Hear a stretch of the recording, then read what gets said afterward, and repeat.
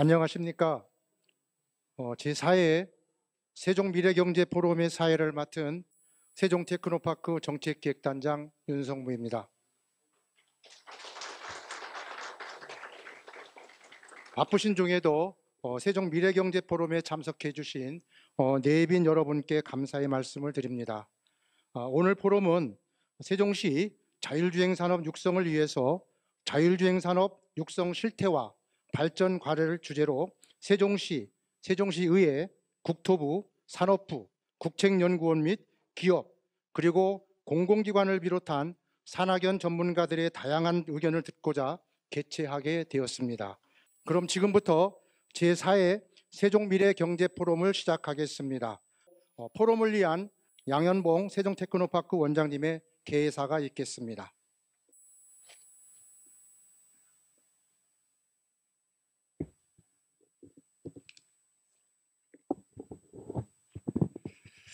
네, 반갑습니다. 세종테크노파크 원장 양현봉입니다. 먼저 바쁘신 일정에도 불구하고 이번 포럼에 함께해 주신 세종특별자치시 최민호 시장님과 포럼의 자장을 맡아주실 서만철 공주대 총장님을 비롯한 토론자 여러분들께 진심으로 감사의 인사를 드립니다. 이번 포럼은 자율주행 산업 육성 실태와 발전 과제, 특히 세종시의 자율주행 서비스를 중심으로 토론하는 기회를 마련했습니다. 자동차 산업이 그동안 내연기관차에서 전기차로 전환되는 추세에 있습니다. 이후에는 자율주행차 시대가 도래할 것으로 예상이 되고 있습니다. 세종시의 경우에도 고령화에 따른 대중교통 운전자 부족 문제 등이 현안 과제로 대두되고 있고, 그 자율주행 서비스에 대해서 선제적으로 대응할 필요가 있습니다. 미국에서는 구글의 웨이모가 샌프란시스코, LA, 텍사스 오스틴 등에서 레벨 4, 5 수준의 완전 자율주행을 시행하고 있습니다. 중국 우한에서도 바이두의 아폴로고 1500여 대가 레벨 4, 5 수준의 완전 자율주행을 실행하면서 상용화에 성공적으로 안착하고 있습니다. 또한 자율주행 자동차의 눈이라고 하는 값비싼 레이더를 테슬라가 다음 달부터 카메라 방식으로 바꾸면서 AI 기술을 접목해서 운행함에 따라서 또 다른 게임 체인저가 될 것으로 보도되고 있습니다.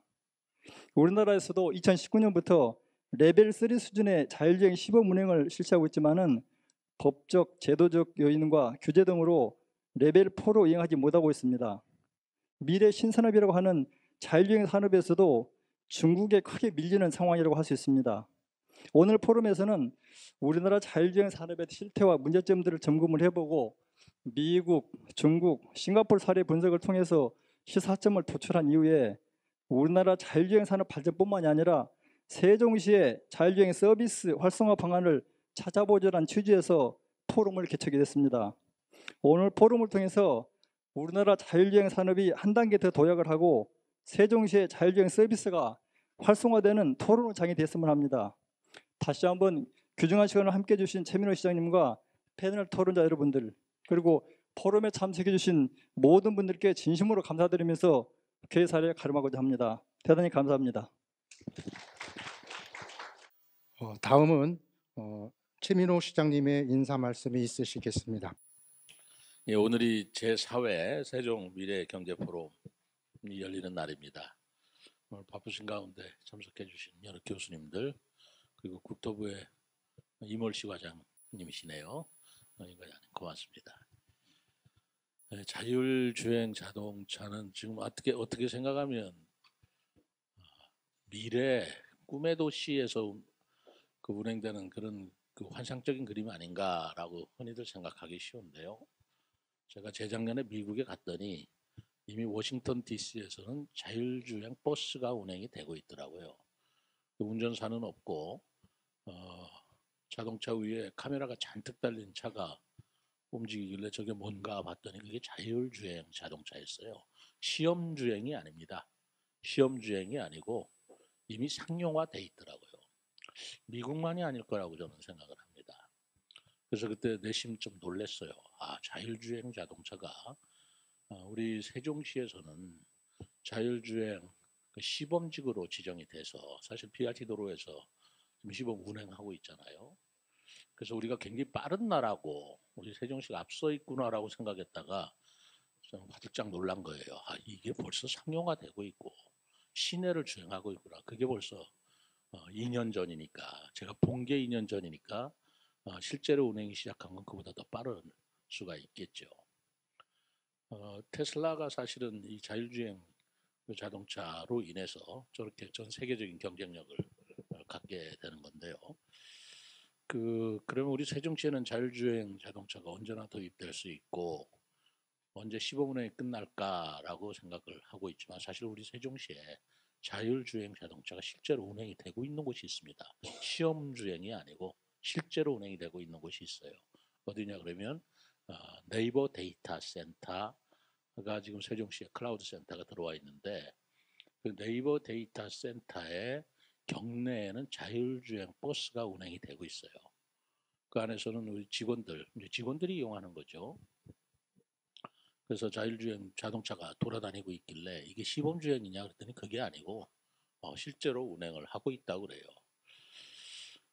그래서 어떻게 이게 가능한가 그랬더니 네이버에서 하는 얘기가 얼마든지 가능하고, 그 자율주행, 그리고 그렇다고 무슨 카메라가 엄청나게 부착되어 있는 것도 아니더라고요. 그래서 어떻게 자율주행 자동차가 경내라 하더라도 그 자기 네이버 데이터 센터 아니라 하더라도 이미 뭐 장애물도 있고 사람도 다니고 하는데 이 안전성을 보장할 수 있겠는가, 그 정도 기술이 있는가 라고 물어봤더니 네이버 데이터 센터에서 그때 답은 이 클라우드를 이용해서 네이버 데이터 센터 내 여러 가지 정보를 클라우드로 올려서 클라우드 내로 조정을 받으면서 이미 버스를 운행하고 있는데 전혀 문제가 없습니다 그러더라고요. 그래서 제가 그때 물었지요. 그러면 이거를 데이터 센터 안뿐만 아니라 세종시 전체를 할 수는 없느냐 그랬더니 기술적으로 얼마든지 가능하다고 그러는데 그게 아직 법적으로나 이게 맞지를 않아 가지고 자기네들은 센터 안에서만 운행하고 있다 이렇게 얘기를 들은 기억이 납니다. 사실 이 분야가 AI, 빅데이터 뭐 이런 것들이 전부 종합된 그런 산업이라서 앞으로 얼마나 큰 산업으로 이어질지, 그리고 하나의 아까 우리 원장님께서 말씀하신 대로 미래 산업의 게임 체인저의 하나로서 작동이 될는지라는 문제인데, 제가 또 2년 전에 그 메릴랜드 대학에 갔더니 양자 컴퓨터 회사를 운영하는 아이온큐라고 하는 양자 컴퓨터 회사가 있어요. 그 양자 컴퓨터 회사하고 현대자동차하고 이 기술 제휴 내지는 서로 협업을 하고 있으면서 실험을 하는데, 결국 그 실험 내용이 양자 컴퓨터를 활용한 자율주행 자동차였습니다. 그러니까 우리 현대자동차에서 양자 컴퓨터에 입력된 많은 정보, 그러니까 빅데이터로서도 처리하기 어려운 그 많은 정보를 양자 컴퓨터를 활용해서 그 안전을 도모하는 자율주행차 실험을 현대자동차에서 하고 있다는 걸 듣고 이 산업이 굉장히 지금 경쟁이 심하구나라는 생각을 했습니다. 우리 세종시 입장에서는 우리가 스마트 시티의 시범지구로 되어 있고요. 그리고 스마트 시티 안에 가장 특징 중에 하나가 자율주행 자동차입니다. 그리고 오토모빌 주차장이죠. 이런 여러 가지를 생각해 볼 때 이 자율주행차 그 산업에 세종시가 가장 관심을 많이 갖고 거기 앞장서서 연구를 하고 선도해야 될 것은 틀림없는 것 같습니다. 그래서 오늘 이 주제를 지난번에도 자율주행 자동차 산업에 관한 논의가 나왔길래 우리 세종시가 가장 먼저 시범을 해봐야 된다라는 생각이 들었고, 자율주행 자동차 기술에 있어서도 한 가지 기술이 집착할 것이 아니고 아까 클라우드를 이용한 방식이라든가 양자 컴퓨터 여러 가지 방식, 카메라 방식 뭐 이런 것들을 우리가 실험을 통해서 빨리 산업화시키고 그것으로 우리나라 그 자동차 산업 앞당겨야 되지 않겠나 생각하는데, 오늘 세종시에서 이런 그 미래 포럼을 열면서 오늘 전문가 여러분들의 말씀도 듣고, 그리고 또 자율주행차 산업, 오토모빌 산업의 현주소가 어딘지 그런 거 서로 공유하면서 우리가 이 부분에 관심과 또 연구와 지원을 더 강하게 해야 되겠다라는 생각을 합니다. 오늘 참석해 주신 여러분께 다시 한번 감사드리고요. 오늘 주제 발표와 패널 토론을 통해서 우리의 자율주행차의 어떤 현주소를 알아보고 그리고 우리가 가야 할 길을 찾는 길이 모색이 되었으면 좋겠습니다. 감사합니다.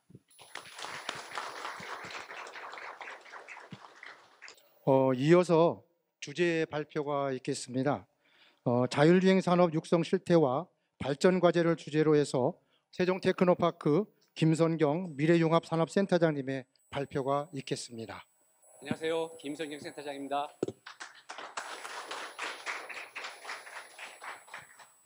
그래서 자율주행 실증 지금 6년 차 하고 있는 경험과 또 이제 우리 그 자문위원들의 자문을 거쳐서 저희들이 한 3, 4개월 걸쳐서 만든 자료입니다. 그래서 전체적으로 이제 이게 사회적으로 좀 이슈되는 내용도 있고 이런 것들을 좀 발췌를 하긴 했는데 조금 이제 다른 이견이 있을 수도 있을 것 같습니다. 하지만 이게 이제 제가 주제 발표라는 그런 거로 하는 거니까 좀 이해를 해주시고 나중에 토론할 때 그런 부분은 좀 지적을 해주시면 저희들이 보완해 나가도록 하겠습니다.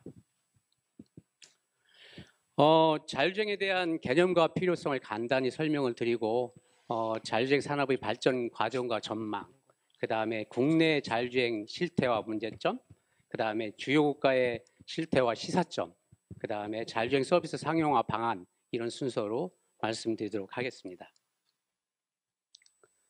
자율주행 자동차가 뭔가 하면은 스스로 가는 자동차가 자율주행차잖아요. 그렇지만은 이제 조금 이 사람 대신에 자동차가 스스로 가는 거기 때문에 여러 가지 알고리즘이나 데이터나 이런 것들이 충분히 좀 있어야 되는데 그런 것들을 이제 센서나 기존에 있는 데이터나 어떤 돌발 상황에 대한 시나리오나 이런 것들이 축적된 상태에서 스스로 가는 자동차입니다. 그래서 조금 이제 오해 소지가 있긴 한데 아무 문제 없이 갈 수 있는 게 자율주행차다 이렇게 할 수는 있지만 저희들도 운전면허를 취득한 후에 보면은 여러 가지 실수나 경험을 통해서 운전 숙련도가 늘어나고 이렇게 해서 이제 전체적으로 운전을 잘하잖아요. 자율주행차도 마찬가지입니다. 이제 초기에 여러 가지 데이터와 알고리즘 기본 베이스로 가지만 이것들이 계속해서 데이터가 축적이 되고 실드로에 나가서 실증도 하고 그다음에 돌발 상황에 대한 경험도 또 개선을 시키고 이러면서 이제 자율주행차가 되어 가고 있는 거죠. 그래서 지금 이제 저희들 운전 실력과 마찬가지로 자율주행차도 이런 단계가 있습니다. 그래서 이제 레벨 5가 완전 무인 자율차라서 지 스스로 마음대로 갈 수 있는 자동차입니다. 그래서 레벨 1부터 이제 5까지 있는데 요거 쉽게 설명을 하면 일단 손, 발, 눈, 머리, 사람이거든요. 이제 이렇게 좀 이해를 해주시면 되는데 밑에부터 발부터 잘못했습니다. 발이 먼저입니다. 그래서 제일 먼저 레벨 1이 발이 없어도 스스로 자동차가 고 앤 스톱을 하는 게 1레벨입니다. 그래서 ABS라고 들어보셨을 텐데 자동 브레이크가 바로 이런 역할을 하는 1단계 레벨 수준이고요. 또 ADAS라고도 합니다. 그래서 거기 1단계고 그 다음 레벨 2는 아까 발에 플러스 손, 그래서 손을 놓아도 자동차가 스스로 레인 키핑을 해가면서 갈 수 있는 게 레벨 2. 그 다음에 레벨 3는 손발에다가 눈을 감아도 갈 수 있는 게 레벨 3입니다. 그래서 순간순간 눈을 떼도 괜찮다 하는 것이고 그 다음에 레벨 4는 이제 레벨 3 눈 플러스 사람 머리 생각이 필요가 없습니다. 그래서 요거는 무슨 얘기냐면 레벨 3는 자기가 자율주행으로 가다가 돌발 상황이 발생을 하면 운전자한테 운전 제어권을 넘겨주는 시점이 있거든요. 그래서 항상 운전자가 머리를 생각하고 있어야 되는데 레벨 4는 운전 제어권이 없습니다. 그렇기 때문에 머리 신경 쓸 필요 없고 레벨 5는 운전자가 전혀 필요 없는 사람이 필요 없는 게 무인 자율주행차가 레벨 4라고 인식을 하시게 되면 될 것 같습니다. 그래서 발, 손, 눈, 머리, 사람 이렇게 생각을 하시면 기억이 잘 될 것 같습니다.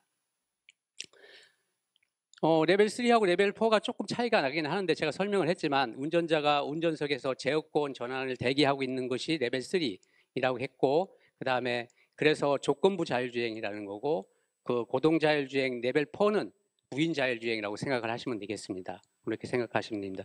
그 레벨 3 지금 이제 우리가 레벨 3 많이 하고 있는데 저희들 예를 들어서 뭐 자율주행차가 이렇게 가다가 학교 근처나 이런 데 가면은 저희들이 지금 법규상 학교 근처에서는 자율주행이 안 되게끔 돼 있거든요. 그때 이제 얘가 삐삐삐 거리면서 운전자한테 당신이 운전하세요 이렇게 신호를 줍니다. 그러면 그때 이제 수동 제어가 돼가지고 저희들이 수동 운전을 하는데 이게 레벨 3라고 보시면 되고 이러한 전제 조건이 없는 게 레벨 4라고 생각하시면 되겠습니다. 그러면 자율주행 서비스가 왜 필요하냐? 이건데 가장 큰 게 교통 감소겠죠. 저희들 교통사고 원인의 94% 이상이 운전자 과실이라고 합니다. 한국에서 보통 하루에 10명 정도가 교통사고로 사망을 한다고 합니다. 그래서 이런 운전자 과실을 막아주는 게 자율주행차의 가장 큰 필요성이고요. 두 번째는 노령자나 고령화되어 있는 교통약자들이 운전을 할 때 지금 이제 여러 가지 브레이크를 밟았는데 엑셀을 밟아서 문제 생기는 경우가 많잖아요. 그런 거에 저희들이 이제 필요성이 있는 거고, 세 번째 요거는 잘 인식이 안 되실 수 있는데 이게 연비나 전비 향상 효과가 있습니다. 왜 그러냐면 고앤 스톱을 할 때 급정거나 급출발을 안 하거든요. 얘는. 왜 그러냐면 이제 신호등의 신호 시그널이 지금 빨간색으로 돼 있지만 파란색이 몇 초 후에 올 거라는 거를 V2X를 통해서 얘가 받고 있기 때문에 속도를 서서히 줄이든지 가속을 해 나가는 이런 거기 때문에 연비가 좋아지고, 특히 군집주행이라는 게 있는데 이게 이제 화물차에 많이 하는데, 군집주행은 화물차가 10대가 있다고 하면 맨 앞차만 자율주행으로 갑니다. 그리고 나머지 9대가 그 자율주행차를 추종만 하는 거거든요. 그러다 보니까 얘가 가감속도 필요가 없고 추종만 하다 보니까 또 바람의 저항도 적게 받고, 그래서 군집주행 같은 경우는 한 15% 정도 효율 증대가 있다고 합니다. 그 다음에 이제 그 네 번째가 참 재미난 건데요. 이제 모든 차가 자율주행차가 된다면 여러분들도 타고 있는 차가 자율주행차라고 하면 이게 차량 공유를 할 수가 있습니다. 그래서 지금은 개인 차를 타고 와서 자기 회사나 연구 이런 데 계속 파킹을 해놓고 있는데, 일단 출근해서 일단 자율주행차로 내가 공유하겠다고 하면 누군가가 내 차를 호출을 해서 이용할 수 있는 이런 게 되거든요. 그러면은 이제 전체적으로 자동차를 효율화시킬 수 있고 주차장도 줄일 수 있고 이런 것이 이제 편의와 효율성입니다. 또 하나 재밌는 거는 이제 차가 이렇게 지금은 고속도로에 이렇게 막혔을 때 보면은 앞차가 가면 그 다음 차가 출발하고 그 다음 차가 출발하잖아요. 근데 모든 차가 자율주행차라고 하면은 동시에 출발할 수가 있습니다.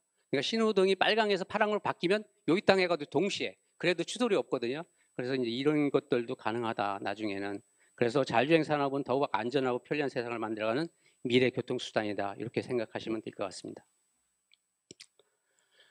이게 이제 오늘의 명제입니다. 이제 시장님도 말씀하셨고 저희 원장님도 말씀하셨는데 진짜 무인자율주행차 국내는 언제쯤 가능할까? 이게 지금 약 한 5년 정도 이 얘기를 하고 있거든요. 그래서 저희들이 세종시도 2019년부터 이제 자율주행차를 운행을 하고 있었는데 아직까지 이제 무인차를 못 하고 있는데, 아무튼 이게 명제고, 그 옆에 있는 지프가 어떤 차인지 혹시 아시는 분 계시겠습니까? 이게 1992년, 그러니까 지금부터 33년 전에 국내 최초 및 세계 최초로 고려대학교에서 개발한 자율주행차입니다. 그래서 지금 이제 33년이 지났는데 지금 이제 여러 가지 로보택시나 이런 것들을 다른 미국이나 중국한테 다 뺏겼잖아요. 그래서 정말로 우리 민족이 참 똑똑한데 이게 여러 가지 이유 때문에 아직도 이제 무인자율을 못 한다는 게 참 안타깝고, 그러면 언제쯤 가능할지 그에 대한 명제를 하나씩 풀어가도록 하겠습니다. 조금 더 이 발전 과정을 보면 1939년에 스스로 가는 운전 자동차 개념을 GM이 발표를 했다고 하고요. 이게 이제 최초고, 그다음에 말씀드린 대로 92년에 고려대 한민홍 교수팀이 세계 최초의 무인 자율주행차를 도심에서 하는데 성공을 했습니다. 그다음에 10년대 들어오면서는 이제 ADAS라는 이제 시스템, 운전자 보조 시스템, 이게 이제 보편화되면서 자율주행의 초기 단계가 왔고 이게 한 1, 2레벨 정도 되거든요. 테슬라 오토파일럿이 나오면서 자율주행차는 아닌데 ADAS의 하나의 종류인데 자율주행차라고 명명을 해서 자율주행차가 홍보가 많이 되었습니다. 18년부터는 이제 본격적으로 구글 웨이모라든지 GM 크루즈, 바이두 아폴로가 로보택시 서비스를 시작합니다. 그래서 전체적으로 7년 전에, 그러니까 저희들이 했던 그 실증 레벨 3를 할 때 얘네는 레벨 4를 이미 이제 실증이 들어간 그런 기술 수준 차이를 보여주고 있습니다. 전망 역시 이제 많이 좋게 보고 있습니다. 그래서 이게 이제 프레지던스 리서치 회사에서 나온 건데요. 2025년부터 2034년까지 연평균 성장률이 한 36.3% 정도 될 거다 하는 얘기를 하고 있고, 그 중에 이제 자율주행에서 레벨 4 포지션이 계속해서 늘어날 거다. 현재는 15.24%인데 이런 전망을 하고 있습니다. 그런데 자율주행 산업이 기회만 있는 게 아닙니다. 위기도 있습니다. 이거를 저희들이 잘 이용하면 기회가 될 텐데 지금 이제 위기도 있습니다. 같이 공존하고 있습니다. 그래서 전체적으로 미래 자동차 하면 대표적인 키워드가 자율주행이라는 키워드로 가고 있고, 그 다음에 AI 빅데이터에 어찌 보면 자율주행차가 그거를 이제 그 최고의 첨단 산업이 되는 이런 것들을 이용할 수 있는 모든 현재의 첨단 산업들이 다 접목되는 그게 자율주행이라서 기회가 될 수가 있는데, 위기는 이게 대한민국의 위기를 말하는 겁니다. 지금 현재 레벨 4 중국의 포니 AI라는 회사가 24년 12월에 이미 임시 운행을 저희들한테 한국에서 획득을 했습니다. 그래서 지금 판교 쪽에서 시험 운행을 하고 있는데 언젠가는 저희들 바로 서비스를 할 수 있는 게 있고요. 그 다음에 그 27년 내에 테슬라 풀 셀프 드라이빙이라는 자율주행 차인데, 현재까지는 저희들이 이게 ADAS로 인식을 하고 있고 자율주행 한 2단계 초반 정도 인식을 하고 있는데, 얘네가 6월 말이나 7월 초에 무인 자율차를 상용차 가지고 서비스를 하겠다는 거거든요. 그래서 만약에 이게 이제 지금 양산되는 차가 그 서비스가 된다고 하면 로보택시로 굉장한 센세이션을 일으킬 거고 말 그대로 게임 체인저가 일어날 것 같아서, 한국은 지금 조금 이게 자율주행차 캐즘 상태인데 좀 그런 것들이 좀 위기로 다가올 수 있을 것 같습니다. 그러면 먼저 국내 자율주행 서비스의 실태와 문제점을 알아보도록 하겠습니다. 이게 이제 국내는 전체적으로 이제 2021년에 이제 사업을 기획하면서 이게 이제 처음 하다 보니까 각 부처의 특성에 맞게끔 자율주행에 관련돼 있는 기술들을 책임지게끔 나누는 겁니다. 그래서 전체로 도로교통융합 신기술은 국토부, 그다음에 차량융합 신기술은 산업통상자원부, 그다음에 이제 기업 지원에 대한 건 중소벤처기업부, 차량 통신에 대한 과기부 이렇게 나눠져 있다 보니 지금 여러 가지 규제나 법규나 이런 것들도 이렇게 다부처가 나눠져서 있고, 그래서 가장 좋은 거는 다부처 사업으로 협력을 하면서 하면 좋은데 지금 이제 그런 사업들은 카디프 사업하고 몇 개 안 되기 때문에 여러 가지 이제 지금 그런 것들이 효율적이지 못하다 하는 단점이 있습니다. 그러다 보니까는 이제 각각의 그 해당되는 책임을 이제 규제로 하는데, 그런 규제들도 이제 여러 가지 부서별로 부처별로 나눠져 있어서 조금 이제 애로사항이 있다, 이런 것들이 지금 전문가들 의견입니다. 그렇지만은 지금 이제 국토부에서 자율주행 상용화를 위한 서비스 레벨 3가 되고 있지만은 여러 가지 지원을 하고 있습니다. 그래서 세종시도 지금 혜택을 받고 있고, 지금 이제 무인자율 시범 운행도 이제 올 하반기에는 하겠다고 지금 이제 선언을 했고, 지금 여기에 참여한 기업 중에서 한 기업이 이 무인자율주에 대한 임시 그 성능 인증을 받고 있는 상태인데, 이게 이제 작년부터 받고 있어서 조만간은 이제 성능이 완전히 되면 이런 단계를 거쳐서 지금 이제 이런 단계를 거치고 있는 겁니다. 운전석에 탑승을 해서 문제가 없으면 조수석에 탑승을 하고, 조수석에 탑승하면은 완전 무인으로 가는 이런 절차를 받고 있고요. 그 다음에 이제 각 지자체에서 지금 여러 가지 심야 택시라든지 새벽이라든지 이런 버스 쪽에 이제 많이 할 수 있도록 지금 국토부에서 많은 지원을 해주고 있고요. 또 한 가지 화물이나 최고속도 100km까지 자율주행 시험을 할 수 있고 실증을 할 수 있게끔 전국 고속도로를 시범운행지구 지정을 했습니다. 국토부에서 3월 달에 해서 지금 여러 가지를 하고 있고, 또한 세종시를 포함해서 시범운행지구 사업을 하고 있는 17개 시도 42곳에서 전체 책임자들이 모여서 정책 네트워크 협의 활성화하려는 회의를 진행하고 있습니다. 요거는 이제 지자체별로 대표 자율주행 서비스입니다. 그래서 서울이 아까 얘기했던 새벽 동행이라는 버스를 하고 있고, 무인자율차를 진행 중에 있다 이렇게 하시고 있고, 그 다음에 세종 충청권은 광역권으로 유일하게 지금 이제 BRT 쪽에 자율주행 버스 상용화를 하고 있고, 제주는 관광, 그 다음에 하동은 농촌형 주행 버스라고 해서 지금 이제 농촌 지역의 인구가 소멸을 하다 보니까 그 정해진 시간에 버스 노선에 따라서 사람이 거의 안 탈 때도 많다고 하거든요. 근데 자율주행 개념이 되면 필요할 때 호출을 해서 이제 그때만 자율주행차가 이용하면 되니까 그래서 시범 사업을 이쪽에서 많이 하고 있고요. 한 가지 고무적인 거는 경주 엑스포가 이제 올 하반기에 있는데 여기에 그 이제 엑스포장의 셔틀로 이용할 수 있는 차를 또 여기에 참여한 기업 중에 한 기업이 지금 자율주행 차로 임시운행 허가를 취득 중에 있습니다. 그래서 전체적으로 이제 이런 지자체들의 어떤 이제 급속히 증가를 하고 있는데 아직도 여전히 이제 레벨4 수준에 머무르다 보니까 이제 이 문제점으로 지적을 할 수밖에 없습니다. 세종시는 2019년부터 말씀드린 대로 중소벤처기업부의 자율주행 규제자의 특구로 지정이 되어서 저희들이 자율주행 실증을 처음 시작했고 이때 빅데이터 관제센터도 구축이 되었습니다. 아울러서 2022년에 세종시의 지원으로 자율주행 실증 지원 시설이 운영이 되고 있고 따라서 이제 지역혁신 클러스터가 또 2020년에 지정이 됐습니다. 그래서 지역혁신 클러스터 자율주행 관련된 R&D 부품 개발 지원을 하고 있고 그다음에 국토부에서는 21년에 지금 지정이 돼서 3년째 국토부 시범 운행 지구를 하고 있어서 저희들이 자율주행 3.0 레벨에 대해서는 많은 노하우와 경험을 가지고 있다고 이렇게 보시면 될 것 같습니다. 이게 이제 저희들 전체적으로 뭐 했던 내용들을 다 정리한 건데 그래서 국내 유일하게 광역간 시범 운행 지구다. 그다음에 전국 최초로 광역간의 대중교통 서비스를 상용화를 시작을 했고 그다음에 버스, 셔틀, 승용차 등 다양한 자율차를 운행했습니다. 그다음에 BRT 전용도로, 도심, 공원, 일반 노선 다양한 지역을 했고 그다음에 충청권 유일의 자율주행 관제센터를 구축이 되어 있고 실도로가 테스트베드로 저희들이 제공이 되고 있습니다. 그래서 이렇게 하면서 저희들이 지금 이제 데이터는 한 315TB, 그다음에 누적 탑승 인원 한 3만 명 정도. 이게 실제 유료 고객입니다. 그다음에 누적 실증 거리는 한 18만 킬로미터 정도 저희들이 실적을 이루고 있습니다. 그래서 이런 실적 때문에 작년도 평가에서 A등급을 서울하고 유일하게 받았고요.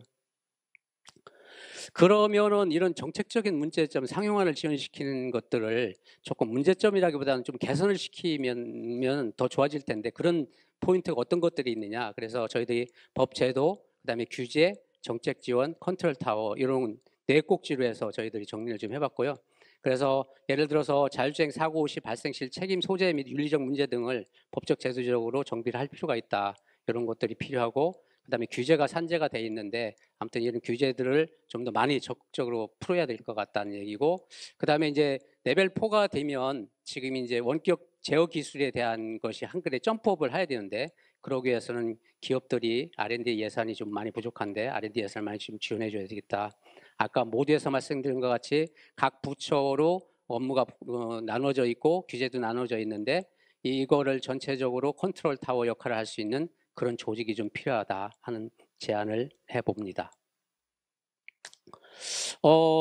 아까 시장님이 이제 그 네이버 말씀을 하시면서 기술에 대한 얘기를 했는데 이제 그런 특정한 거 말고 조금 이제 저희들 현업에서는 차이가 있습니다. 지금 이제 지금 중국이나 미국은 로보택시가 상용화가 되고 있는데 완전 이제 무인으로. 그런데 이제 저희들이 못 하고 있는 이유 뭐 사유 이런 것들이 지금 우한에는 이제 저희가 그 우한에서 레벨 4 바이도 하고 있는데 직접 다녀왔지만은 동풍 자동차, OEM 자동차 외에 100개 정도의 기업이 있고요. 그 다음에 42개 대학, 그 다음에 56개 연구기관이 있는데 지금 이제 그 대학도 저희가 우한 대학도 방문했었는데 그 교수가 얘기하는 게 지금 자율주행 기업에 취직하는 것을 가장 이공대 학생들이 가장 탑으로 친답니다. 그래서 왜 그러냐고 했더니만은 일단은 연봉이 센데 연봉 초봉이 최소 8천만 원에서 최고 1억 5천만 원을 준다고 하더라고요. 그러면은 저희들의 2배, 3배 정도가 되기 때문에 이런 친구들이 이제 기업으로 몰려가다 보니까 여러 가지로 그런 AI나 자율주행에 대한 생태계 구축이 돼서 좀 활발하게 이루어지고 있는 것 같고요.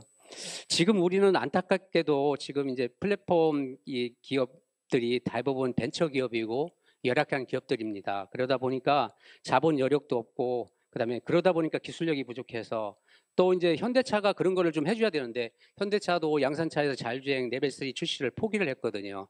그리고 현대차가 투자한 모셔널이라는 기업의 투자도 지금 이제 포기를 하고 있고 이러다 보니까 여러 가지 기술력이 부족하다. 지금 이제 로보택시 하고 있는 웨이모, 샌프란시스코에서 캘리포니아에서 하고 있는 웨이모가 기술 수준 1위고요. 그다음에 바이두가 2위. 우리 유일하게 국내에서 오토노머스 A2G가 11위를 하고 있습니다. 세종에서 지금 열심히 해주시고 계신데. 그다음에 이제 네이버 얘기가 됐는데 지금 이제 글로벌 이제 중국이나 이제 지금 미국은 구글, 바이두가 자율주행 사업에 뛰어들어서 얘네들은 굉장한 투자를 하고 있거든요. 우리의 몇천 배의 투자를 하고 있기 때문에 이제 기술력이나 자금력 측면에서 우리가 많이 부족한데 그래서 네이버나 카카오가 국내에는 좀 이런 데 참여를 해야 되는데 적극적으로 아직은 못하고 있어서 그런 것들이 있고요. 끝으로는 이제 만약에 택시를 국내에서 로보택시를 하게 된다고 하면 제2의 타다 사태 같은 택시 운전사들의 반발이 예상되기도 합니다. 그래서 한국은 로보택시보다 싱가포르처럼 대중교통 자율 서비스가 유리한 측면이 있다고 말씀드리겠습니다. 이제 그 주요 국가들의 실태인데요. 미국은 완전히 그 자율 책임입니다. 그래서 민간 기업들한테 자율적인 책임을 맡기고 미국은 최소한의 가이드라인만 제공해주는 그런 거로 하고 있습니다. 그래서 이제 이게 이제 네거티브 규제라고 하는 건데요.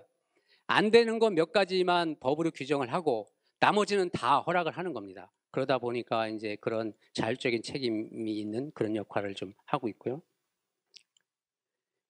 중국은 강력한 국가 주도로 이제 자율주행 산업을 육성시키고 있습니다. 그래서 이제 전체적으로 투자 예산이나 이런 것들을 많이 해주고 있고요. 그다음에 통큰 투자를 하고 있어서 예를 들어서 뭐 우한시 전체를 이제 그 시범운행식으로 거기 우한시가 서울에 한 14배 정도 된다고 하더라고요. 이제 자율주행 특구로 지정하고 있고 그다음에 자율주행 테마파크도 지어서 홍보 역할도 하고 있고 그다음에 과감하게 무인택시 상업화를 허용을 해서 지금 이제 바이두, 아폴로, 고가 한 뭐 1000대 가까이 지금 영업을 하고 있습니다.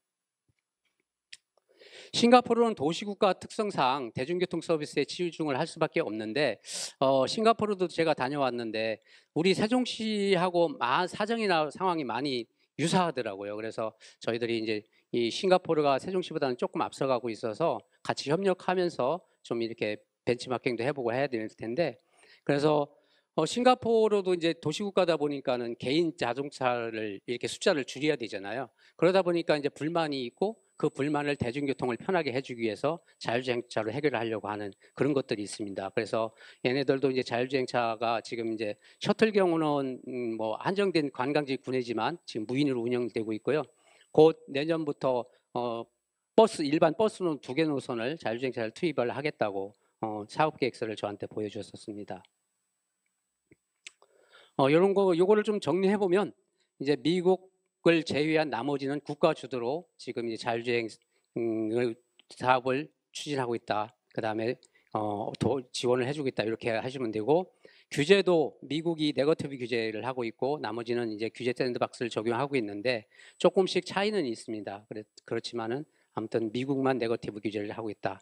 그다음에 정책 지원도 미국은 민간 기업 중심이고 나머지는 이제 국가 기업 또 이제 공공기관 이런 쪽에 하고 있다. 그러다 보니까 이제 주요 기업도 이제 세계적인 기업들이 로보택시나 이런 것들이 중국이나 미국에서 하고 있고 싱가포르에서도 이제 하고 있습니다.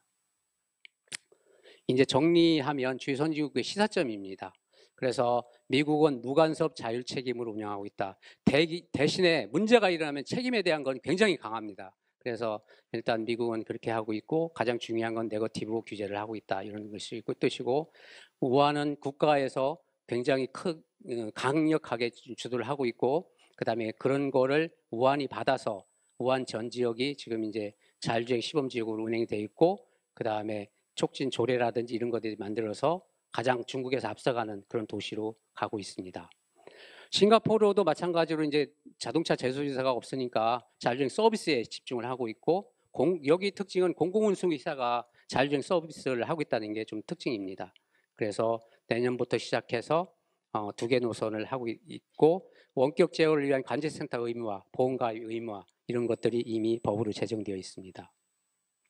그러면은 이제 우리 국내 문제도 알아봤고 그다음에 해외 이제 시사점도 알아봤는데 레벨 4를 하기 위한 상용화 방안은 어떤 것들이 있는지 그런 거를 마지막으로 말씀드리도록 하겠습니다.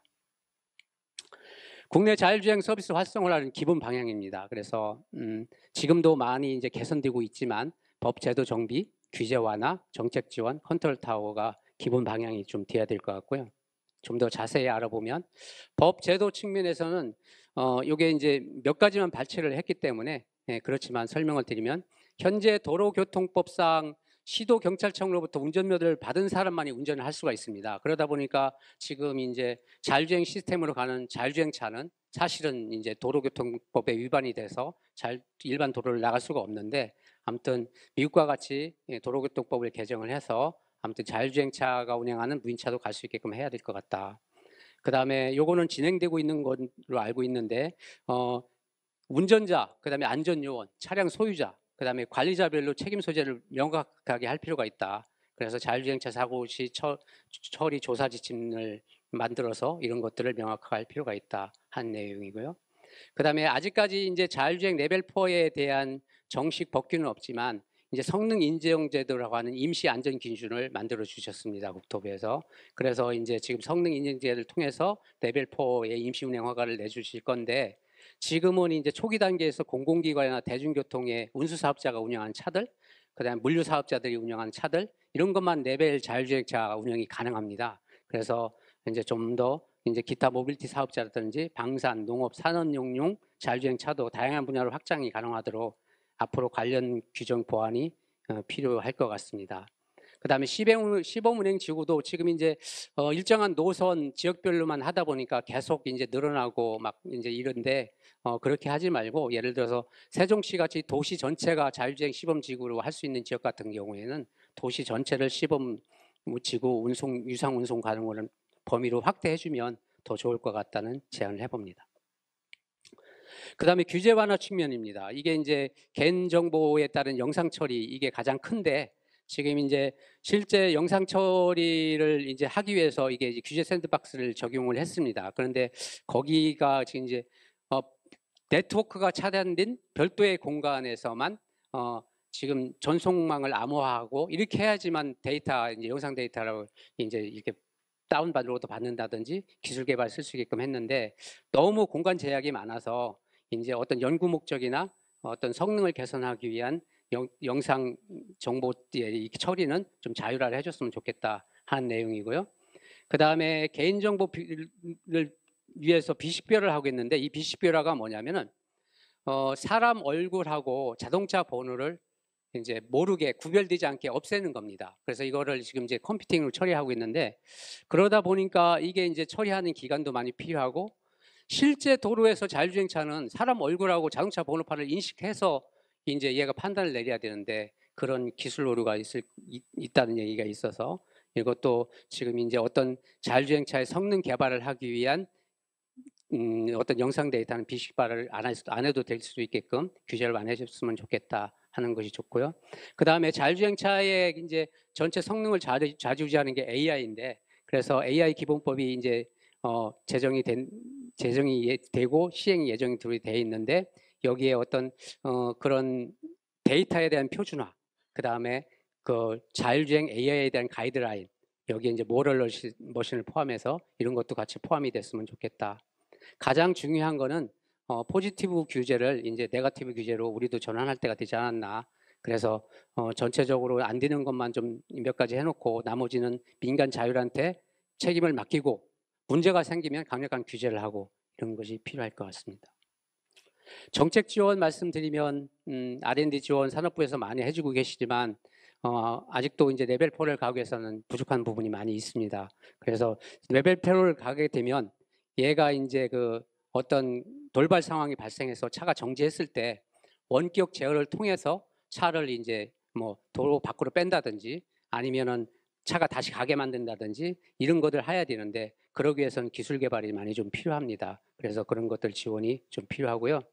그 다음에 자율주행차 버스가 굉장히 지금 많이 비싼데, 지금 이제 저상버스 보조금이 이제 가까운 거 예로 그 지금 운수 사업자만 보조금을 받을 수가 있고, 자율제로 개조해서 이제 자율주행 사업을 하고 있는 우리나라 그 중소기업들은 저상버스 보조금을 못 받거든요. 그래서 이런 것들도 좀 했으면 좋겠다 하는 의견들이 있었습니다. 아울러서 지금 이제 전 부문이 전문 인력이 부족하긴 하지만 이쪽 AI 자율주행 분야 전문 교육 인력 양성에 좀 더 신경을 많이 써줘야 될 것 같다는 그런 제안들이 있고요. 또 하나의 산학연 협력체를 좀 강화해야 될 것 같다. 이게 지금 우리나라는 뭐 좀 특성이 있어서 그런지 기업 혼자, 그다음에 뭐 대학 혼자, 그다음에 뭐 저쪽에 이제 또 다른 연구기관 이렇게 따로따로 하고 있는데, 아까 이제 네이버 같은 경우도 본인들을 스스로는 하고 있지만 같이 이렇게 산학연 협력을 하게 되면 국가적으로 좀 도움이 될 것 같은데, 그런 것들을 좀 강화해야 될 것 같다는 안을 제안합니다. 그 다음에 이제 마지막으로 컨트롤 타워 구축입니다. 아까 모두에서도 말씀했지만 여러 가지 법제도라든지 규제 완화라든지 정책 지원이라든지 이런 것들을 포괄적으로 볼 수 있는 그런 컨트롤 타워를 구축을 해서, 예를 들어서 뭐 대통령 직속이나 국무총리 직속으로 자율주행 추진위원회, 상용화 촉진 추진위원회라든지 이런 걸 만들면 전체적으로 자율주행 산업이 발전할 수 있는 계기가 될 것 같습니다. 이제 끝으로 세종시입니다. 세종시, 아까 이제 모두에서 말씀드린 같이 세종시에서 로봇택시는 여러 가지 이제 기술적인 문제도 있고 택시에 대한 수요도 적고 이런 것들이 있어서 저희들은 BRT 자율주행 레벨 4 상용화를 목표로 제안을 합니다. 그래서 이게 이제 세종시 강점이 많이 있기 때문에 이런 제안을 하는데요. 지금 5년 동안 저희들이 이제 BRT에서 실증을 했기 때문에 이제 그런 노하우와 경험이 있고, BRT 전용 구간은 이제 기술이 조금 부족해도 일반 차량이 들어오지 않기 때문에 로봇택시보다는 좀 안전하게 할 수 있는 그런 장점들이 있습니다. 그 다음에 저희들이 그런 것들 결과도 좋게 나와 있고, 또 저희들 스마트 시티의 핵심이 이제 미래 모빌리티인데 거기에 자율주행 시스템이 또 거기에 걸쳐져 있기 때문에 이런 이유 때문에 세종시의 강점을 가지고 있어서 저희들은 버스 자율주행에 제안을 하는 겁니다.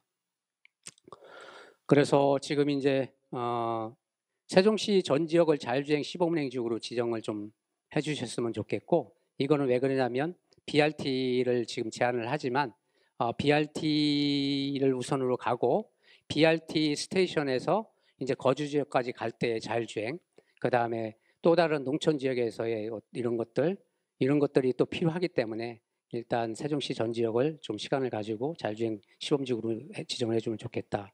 그 다음에 이제 세종시하고 세종시의 의뢰 부탁을 드리는데, 지금 이제 상용화 촉진 조례, 지금 이제 저희들이 지금 유상 서비스를 하고 있지만 어떤 지자체의 어떤 책임이나 뭐 운영 근거나 이런 조례가 없거든요. 그래서 이런 것들이 좀 필요하다는 말씀을 드리고, 그래서 감히 이제 시장님 앞에서 말씀드리는데, 저희 세종시가 2027년에 전국 최초 레벨 4 무인 자율 버스를 상용하는 것을 목표로 제안을 합니다.